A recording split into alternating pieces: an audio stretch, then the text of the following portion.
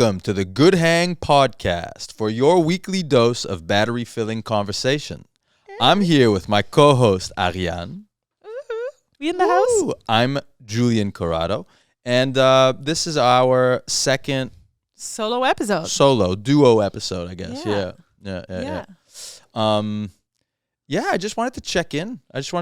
With you. I wanted to check in with both of us about the podcast. I don't know, like feedback or ideas. I mean, it's been such a cool ride up to now. Yeah. To see from the idea years ago of just like, hey, I have all these ideas. You want to do a podcast? Maybe, okay. And then we talked about an IG Live at one point when that was a thing. Imagine now. They're going live. It's like something's wrong with them. Like they've gone off the deep end. Like who's Yeah. No, but I find it's been a really cool experience because there's a lot of people that I haven't spoken to in a long time that have come out to me and said like, yo, I really enjoy it. And feedback too, from technical stuff, sound, voices. But one thing that I find interesting is to be told like 30 minutes is so short, but I find the real challenge is going deep in 30 minutes. And you've brought so many people here that were so interesting. And your goal was to connect people. And I think you did a great job. Everyone that I have met up to now has been just really cool and from different backgrounds, comedy, music. I mean, thank you for saying that. And what's funny is that with my work, what I was doing was talent booking. And it's funny because for sometimes you're like, well, that's not a real job. It's like everyone is a talent booker. But then when you do it and you see it, you're like, no, I'm good at this. Like it's finding an eclectic mix of people and that are all going to be like fun to talk to. Because one thing that I'm really happy about our collaboration is like we have the same definition of what a good hang is, which is really hard to explain. Like we never really put it in words, but then we can tell from all the episodes that like we get it. And I think it's made its way into like, we don't want to quite do an interview, but we want to hang out with people. And then sometimes we're like, shit, we didn't even talk about like their job or that they're artists and this and that. But that's kind of why it's such a good hang, because it's just like outside of their work or, their social media identity, what is this person like? Yeah. And that's what we get to showcase on the pod.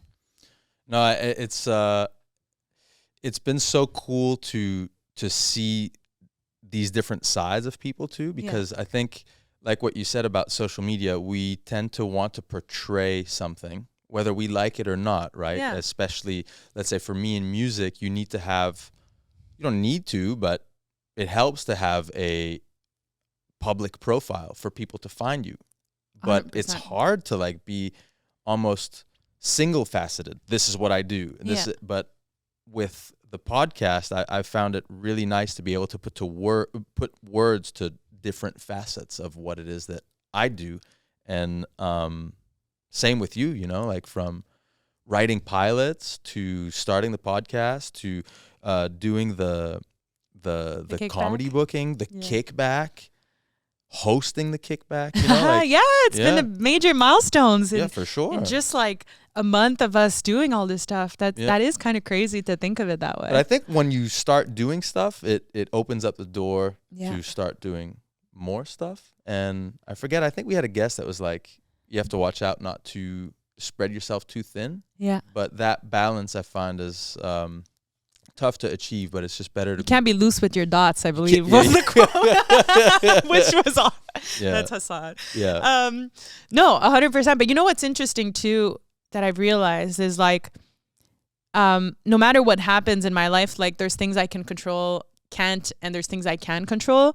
And being creative is always within my control. Whereas like I can just fuel, like this is in me. Like if my day is completely empty today and I have no plans and I have no friends, but I can sit on the computer and write an idea for a TV show, even if no one's ever going to read it, it's like such a fun hobby and thing to have in your life that you're like, I just want to see my ideas come to life. And I think this last few months, I've really been diving into playing again, like, this is what I want to play right now. And I think this has been it in a way. Like, there's moments, of course, where your business brain goes, okay, where are we going with this? What's the deal with this pod? But then we listen to it, we do it, and we're like, I don't care. I enjoy doing it so much. I just want to do it. And it's funny because I used to have my company Overground, and I was talking to a friend about how, you know, I've had that company for 12 years. But the first 3 years, I was working at the bar, and we were just trying to have a company, but we didn't have clients. Like, we're just like, let's shoot this skit and like sending to Empire, and maybe they'll like it. Playing. But we were playing. Like, it's funny because I always think of like Nate Husser, who's like a sick Canadian rapper. He would come to the office, and I would make him like play with water guns and model, and we were just having so much fun. And now it's so ridiculous to think we used to do that, but I almost kind of feel like I'm back at this stage of my life where I'm like, who wants to play? And then I found you, and then I found Evan, and I'm like, okay, these people want to play. That's going to be our playground right now. And it's been kind of cool. But what kind of feedback, like, what has been your experience from like what you thought it was going to be to now seeing the episodes and stuff? I think like anything, you know, like when you hear your voice on a recorder, when you leave a message, you're like, do I really sound like that? Yeah. Do I really look like that? But I think working to be consistent has been really helpful for me, because I see that, you know, if you try to make everything perfect, you become paralyzed and you end up not doing anything. And I've applied that in music for a long, long time, where it was like, I felt less than because I was just a drummer, and it's like, I can't do this on my own. And I just started to make and write and play music and kind of fight that voice inside of me telling me that you're not good enough. And now I get to a point where it's like, no, you know what? In my eyes now, I feel good enough in my capacities. And I've seeked collaboration. And when I opened up my heart to collaboration and ultimately to letting myself play more and be a bit more vulnerable, it has opened the door to so many great relationships. And you realize that you can do whatever you can on your own, but when you do it with other people and you're open to letting the other people come with ideas, everything becomes exponential. Yeah. You know, it's not just the sum of parts. So to see that kind of come to life and to see the depth of most of the conversations, en fait, every conversation that we've had, I know, you know, everyone has given me something that I remember from every episode, you know, ranging from trusting your music, taste, with Chloe, to dots, to discussions with your parents, to vulnerability in men. And, it's just been so cool. Yeah. I think also a big goal was, I don't know, to showcase like our dope Canadian friends, you know? It's like, and I think it's only been growing exponentially in terms of like people outside of our immediate circle reaching out to us. And it's fun because we're not even exactly in each other's immediate circles. So already we get to introduce each other to new people. But no, in terms of that. And it's interesting because we have these convos and we're like, wait, but like, what is it? What do we want it to be? And then as I was like editing the clips and everything, and I was like, I think it's exactly what we want it to be. You know, like we figured out a few things that were like, well, battery filling conversation. Yeah, we want to adjust, we want to do this, but then everything else makes sense. But I also think it's interesting because you were talking about, you know, am I good enough and bettering yourself? But like, I always say, like, for instance, like influencers, content creators, like so many people will like hate on them and be like, that's not a career, that's like easy. And I'm like, it's so hard. Like, you have to be an editor. You have to be good at speaking to the camera. You have to be good at remembering a text. You have to, even people going like, oh, if everything fails, I'll go on OnlyFans. It's like, no, you're going to go on OnlyFans and you're going to fail. And it's going to be even worse. Exactly. You know? Like what are you going to do on OnlyFans? You think that's easy? Like, that's not easy. It's hustle. And not to compare what we're doing to OnlyFans, doesn't really matter. But it's just funny to me because sometimes you're doing something and you're trying to understand what's my goal. And I always kind of go back to when social media first started. I was posting on Instagram. I wasn't like, I'm gonna get paid. Like, you know, I was just like, I'll post on Instagram. And I always go back to my boy Steve-O from Jackass. I read his book, and he talks about how he knew that he was going to be famous from his stunts being filmed before YouTube existed, before all this stuff existed. And so it wasn't clear, but there was like, I don't know, I have this talent and I'll be able to do something with it. But now we live in a world of extreme monetization where we wake up every day and we're like, I like running. How can I make this money? Okay, I'm gonna be a fitness influencer. Okay, I'm gonna be this. But like, it drives you to this unidimensional state where it's like, I like running. I need to, show that I run, and that's it. That's all. And then find sponsors and find like almost everything you do in your life has to have like, where is this going? And I think for us doing this has been like, I love hanging out with you. I love talking to you about like random things. It always feels good. How do we amplify that? And how do we share that? And I think that's the only objective. But then through that, of course, we become better at repeating the first line of the intro of the pod, and we become better at like not speaking over each other, and we become better at editing clips and finding captions, and so it's like sharpening your toolkit for who knows all these opportunities, whether it's for a job, whether it's the passion that keeps getting deeper or just more projects. But I think ultimately, or we host the Junos next year. Yeah, what's up? All right, yeah, I'm in. Yeah. But I think being intentional with our words, one of our guests said that, and it really stuck with me because it's true. Our words, they're a choice, what we choose to say, and the words we choose to say, they matter. Mm-hmm. We project ourselves, and they're a reflection of what we think of ourselves, of our world around us, and I think we're very, very lucky and privileged to live where we live, and I think to be able to use what it is that we have in order to make connections with people. Mm-hmm. I think that's something that makes me feel like I have some purpose, at least, to feel like, I get to share how I feel, and people come to me and say, I feel that way too. It helps me not feel alone. And it makes me realize that other people feel the same way. Yeah. And I think it's like a positive cycle. Absolutely. It kind of breaks some walls and yeah, you feel more comfortable talking, but you also feel so much more connected. Yeah. Yeah. No, it's been it's definitely been cool. I wanna do more. We said we'd do more. We said we have all kinds of ideas. So I get like, I'm stoked to text you. I'm like, yo, I've thought of this, or did you think of this? Yeah.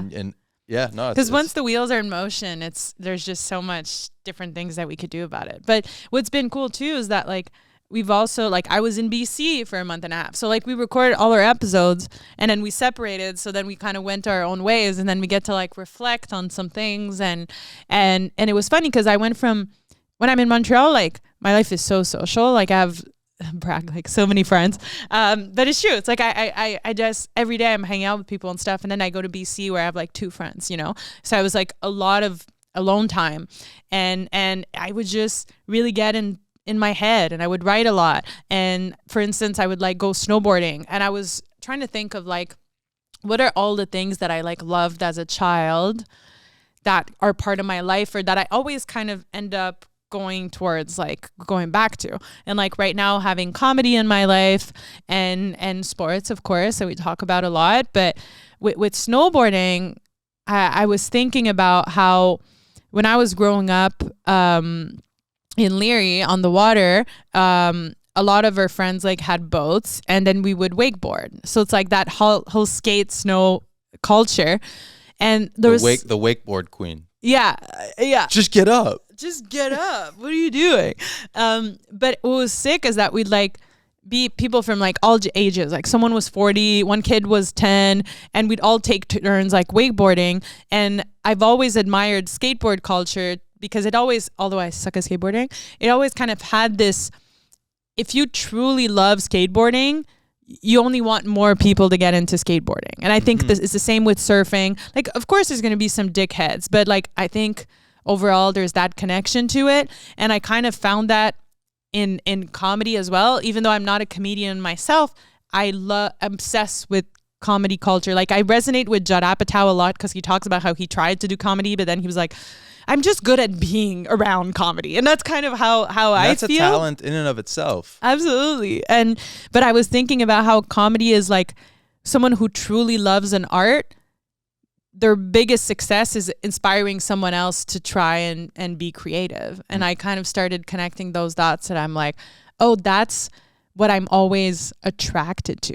It's that community of like wanting to, I love this thing. So I want to, like, if you're interested in it, please, like, let's share and let's connect over it. What I find cool with you is when you talk about, you said something in this conversation about creativity. Yeah. And it's your choice, like, to be creative now. Yeah. And what's funny is there's a lot of people that think that creativity is external. Like, you have to wait for creativity to hit you. But the thing is, creativity will very rarely hit you unless you're creating. Yeah. You need to be creating regularly and consistently in order to get a genius idea. Yeah. You don't just do nothing and then a genius idea comes at you. And I think there's that disconnect, maybe even more so today, about being like discovered for doing nothing. It's just like you're here, someone plucks you, and you become a star. It's like, no, an overnight star is 10 years in the making. Yeah. You know, there's so much grind, and I find sometimes we tend to lose sight of how beautiful the grind is. Yeah. It's where you really dig deep and introspect and go like, what is the point here? What is my goal? What am I trying to achieve? And I think similar to sports, in sports, you know, there's a beginning, a middle, and an end. And if you have a bad game, there's always the next game. Yeah. And in music, or maybe in art in general, sometimes it feels like, oh, it's easy to get into a rut, you know. But I think trying to make myself to see a beginning, a middle, and an end to a project, to something, it's like you're always going to make something else. And how are you going to apply what it is that you learned on your last one, you know? So I think, you know, making this podcast and listening to the episodes and planning on doing more, I think it's awesome, that introspection, and you get over the sound of your voice and what you look like, and you focus more on the aura of it, or the how can I connect more, and how can I just love when people tell me that they listen, and I love when people tell me, you know, constructive criticism as well. Yeah. You know, oh, I want it to be longer, or I find this episode, you know, this one wasn't as strong as the other one. It's like, okay, cool. You can't bat 1,000. I mean, you can't, you know, you can't always be perfect.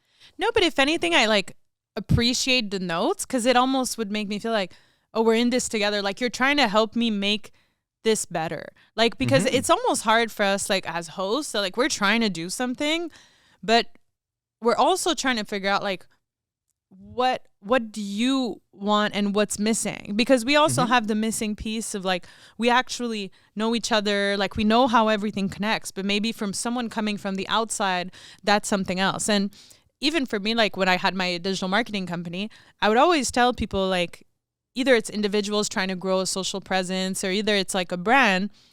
I was like, always like try to scroll as if you're just a person, and like, would you connect with this? Would you comment on this? Would you give a shit? Because if you wouldn't, why are you posting it? But sometimes it's hard to have that outside perspective of it all. And for someone to say, hey, like, especially constructive, where they're like, hey, I enjoy where you're going with this, but I think there's just like this missing piece that would bring it all together. And that's But I think a true friend is someone who's not afraid to tell you what they think. Yeah. Because we live in a time where there's a lot of just either yes people or people who just, they don't care. Yeah. They don't care. So it's like, oh yeah, it's good. Oh, well, whatever. Or they didn't listen to it, or they same thing with my music, you know. I realize, you know, it's tough with music, you know. Everyone's saturated. Everything is an ad. And right now we're in the studio and we're recording new music, and I get moments where I'm like, what's the point of this? Who cares? There's like over 160,000 songs uploaded to Spotify every day. Why is my one song that I'm putting all this time and money and energy and blood, sweat, and tears, like what's the goal? Yeah. And instead of being deflated by it, I've been trying to be precise with the goal. And it's not precise yet, but it's in thinking about it and having a discussion with my bandmate and with other people, and not just oversharing, but learning to sit with something and then share at the right time and digest from afar instead of only posting. Yeah. I did that for a while, and I think it with music, for example, and I learned a lot, but at the same time I was like, does it cheapen the process? Mm-hmm. And yeah, it's just you know, through talking with people, you just realize that, you know, everyone has different ways of doing it, but it's just nice to get people who are interested. Yeah. I want to hear more of this, or I didn't like this. It's like, okay, cool. It's also interesting because it's a different craft, you know, like with music. Sorry, you try to tell a story, share a message, but will people even hear it? Like some people listen to music like they're really deep in the melody. Some are like the lyrics. Some people are like, I don't know, I can do this TikTok dance to it. That's all I care about, you know? Like, so I think through podcasting, it's like a different way of actually speaking your mind in a way that people are like, oh, okay, like I align with this person. Now let me go listen to his music like differently. Mm-hmm. But I also say like social media, and I think especially for artists like you, like the comics, like everybody, it's like you're like a public figure. So putting a dud on social is so hard, you know, which really it should just be like a canvas that you're just like, I'm trying stuff, you know, and today I want to be silly, and tomorrow and it's almost playing, just use it as a little spark that then you can go focus on your more long-term project. Like if I want to write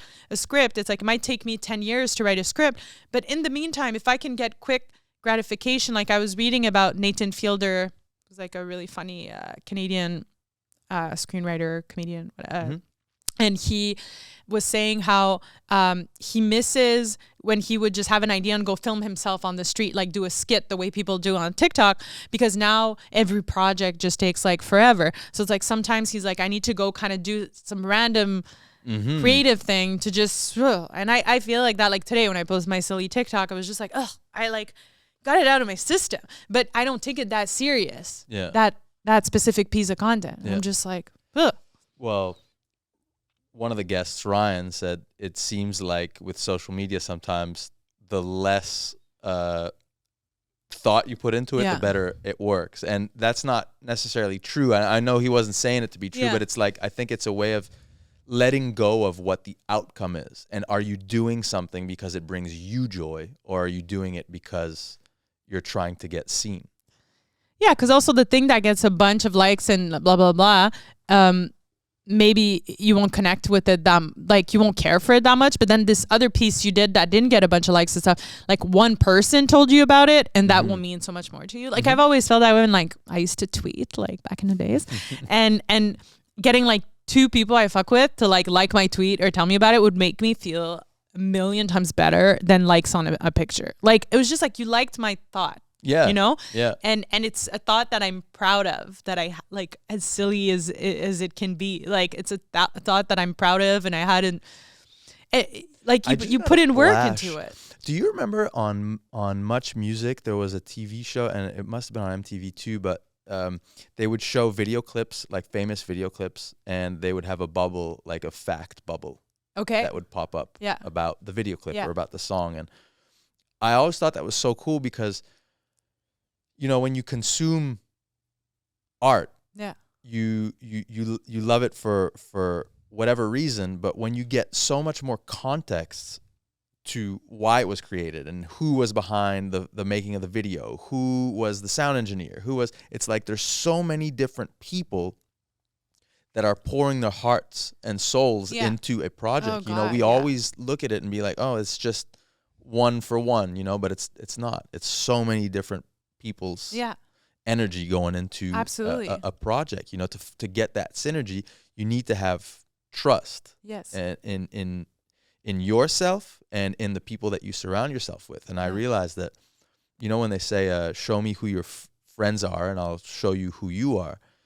And it's really true. You know, whoever the 5 people you speak to on a regular basis, they really show what your state of mind and being is. And being surrounded with people who are not afraid to tell you when you're messing up or not afraid to tell you when you're doing a good job, you know, real people is I find the most important thing. And it's just cool to meet so many people, you know, that but also it's like that trust, like you're saying, that trust piece of like, they don't really know what this is, they don't really know what we're going to talk about, and they trust that it's going to be a good hang, you know, and they know that, I mean, I think they assume it's not going to be like clickbait or like, tell me your secrets or something, but that's part of it as well. It's like people came and they delivered. Like they came as a guest on the show, and we all worked off of each other in the conversation, you know? So that's really great too. Yeah.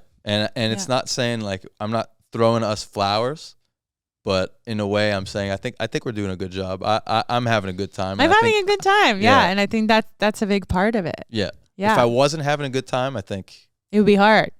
Yeah. Yeah. I don't think we'd be doing it. But there are moments where it's like it gets so overwhelming with the posting and the this and the that, and you're like, oh, I'm drowning in this, and you're like, am I having a good time? And then we have our convos, and then I'm like, yeah, I fucking love this. Like, you know, like. But it's like that with music, the same. You know, it's like you work so hard to do something, and then you're like, when you're posting, you're like, oh, this is a lot of work, but it's like, it's part of it, and we learn to, you know, navigate. Yeah. Well, it's funny too, because a lot of my advice, like, to comics or to this, or even when I was working at the festival, I was like, y'all got to do a podcast. And like, usually I don't want to be in the things. I just want to give people my ideas, and I want them to do it. Like, that's my dream. Run along. Know? Like, I'm like, I just want to see one time we're in New York City with my homie, and like we're saying ideas for skits, and he's like, don't say it too loud, SNL is gonna steal it. And then I was like, I hope they do, because I want to see it. Like, I don't want to make it.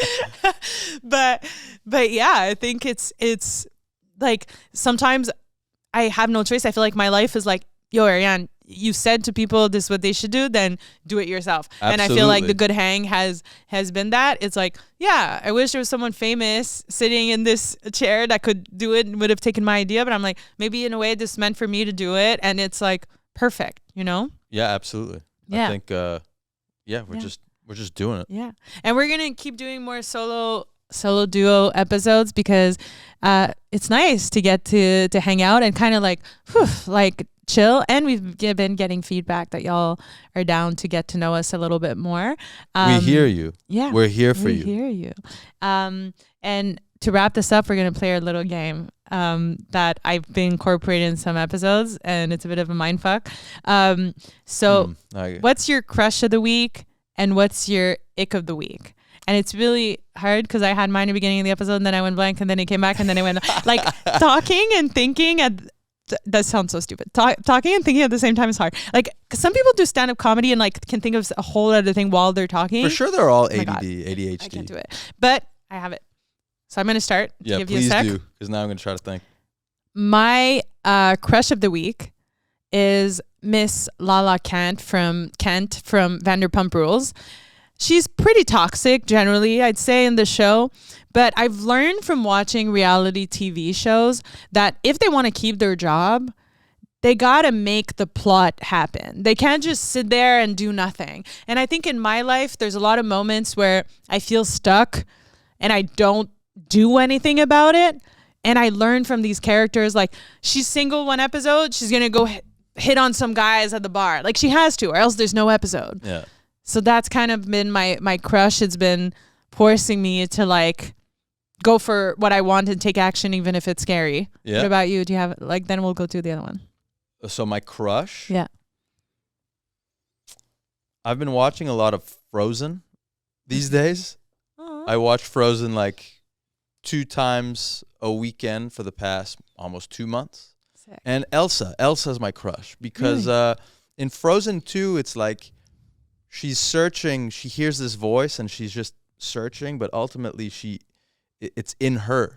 She had to figure it out for herself that the voice that she was hearing was her. And if we hush our voices, then we feel lost. But if we sit still and try to listen to ourselves, then we usually have the answers that we're looking for. So, I mean, big up to Elsa. Oh my God, I need to rewatch this movie. I Yeah, feel yeah, like this is honestly, I should meditate on. Yeah, on it's Frozen. great. All these Disney movies I are, love it. yeah. And my ick is Scar. Scar from the Lion. Okay, Yeah, the Lion yeah, King. Yeah, no, He's not bad vibes. bad vibes. Yeah, Not cool. Yeah, not. I did see the Lion King on Broadway though, and Scar was pretty cool. He was a good singer, but no, I'll give that to you. My ick is pretty niche. Okay.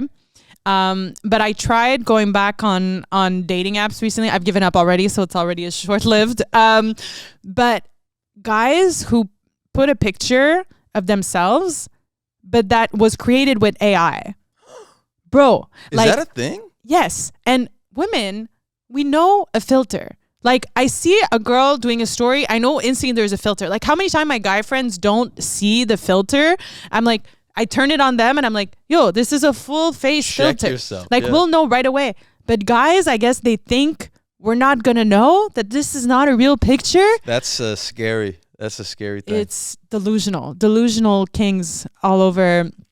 AI generated dating app profile Yes. pics. And they're not being like I have an app. Like they think we're not gonna know. That makes it That's even ick. worse. That's yeah, ick. That's ick. Anyways, we're gonna finish on that note. Should have done the positive last. Anyways. Hey, Thank you so much. Yeah, thank you. Yeah. Good hang. On to the next one.